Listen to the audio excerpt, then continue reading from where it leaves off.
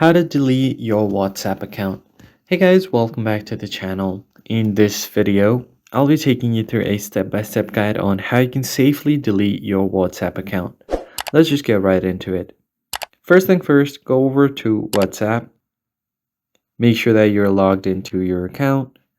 Tap on the three dots at the top right corner of your screen. And you can find the pop-up from here. At the very bottom, select Settings.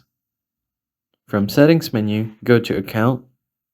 This is where you manage all of your accounts, including your security notifications, email, two-step verification, and more. Then, at the very bottom, you can see the Delete Account button. Once you tap on it, here you can just go ahead and tap on Delete Account. Just verify your phone number. To delete your account, you need to confirm your country code and enter your phone number. Just tap on this and enter your phone number. Tap on Delete Account. If you want to change number instead, you can do that by going over here, but you basically just enter your phone number here, tap on Delete Account, and after a certain time, what happens is the account will be deleted from WhatsApp and all your devices.